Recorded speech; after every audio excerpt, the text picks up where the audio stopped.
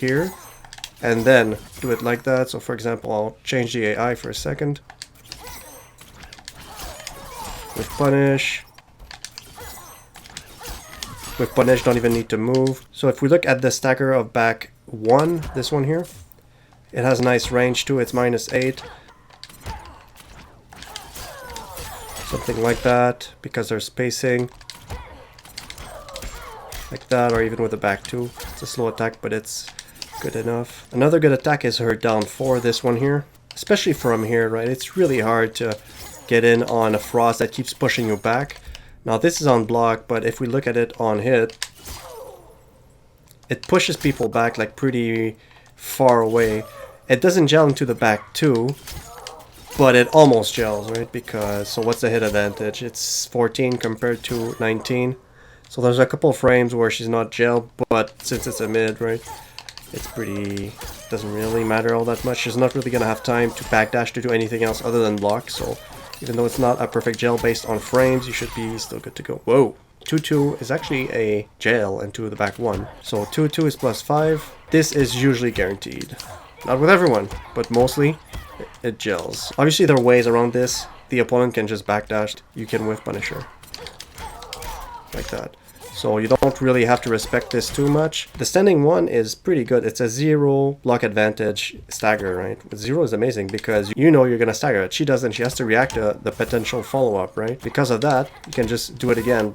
Looks like the hitbox sucks though, so you have to be really close. Ironically though, her problem is flawless blockable gaps. Not a lot of people know this about this character, but that's one of her weaknesses. So like I just showed you, the 1-3, I think I did 1-3-2.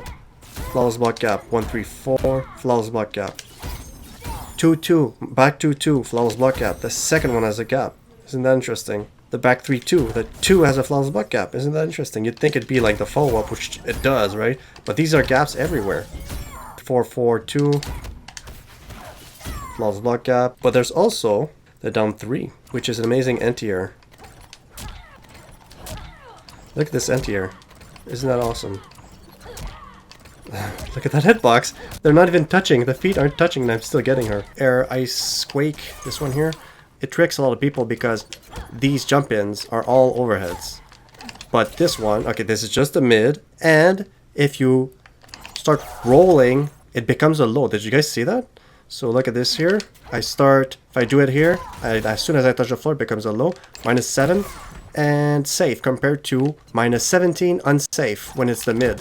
When you do it right from here and you don't have time to touch the floor, it's a mid and it's unsafe. If you have time to touch the floor, it's a low and it's safe. Isn't that interesting? Okay, so Ice Auger, this one here, this is a tech here that you can use to keep people away. Look at these frames. My +8.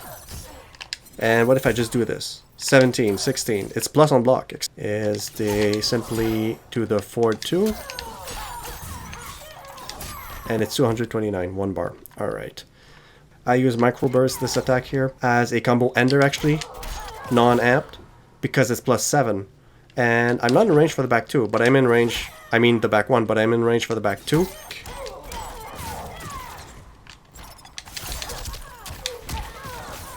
You get a restand, less damage, you're +7, you're in range for the back 2. So the tech here is you double freeze them, one hit again, and then either you go for the hit like that and they're frozen again, or you go for the grab. I keep fucking the grab up. Looks something like this, right? So then they have to guess. Here they would just have to block to get out of this. But then you could always grab them. How do you beat the one where I grab you? This thing here, how do you beat that? You just jump, neutral jump, and you're gonna be fine. So that's the mind game. Do you neutral jump or do you block? You have to guess. So let's say he hits me. Yeah, I can get out of there just by comboing him. But let's say I block because I'm timid. Yeah, I still freeze a little bit, but there's like no real excuse since you can just jump out of it. Maybe there's some combos where you can't jump out of it, where you're stuck.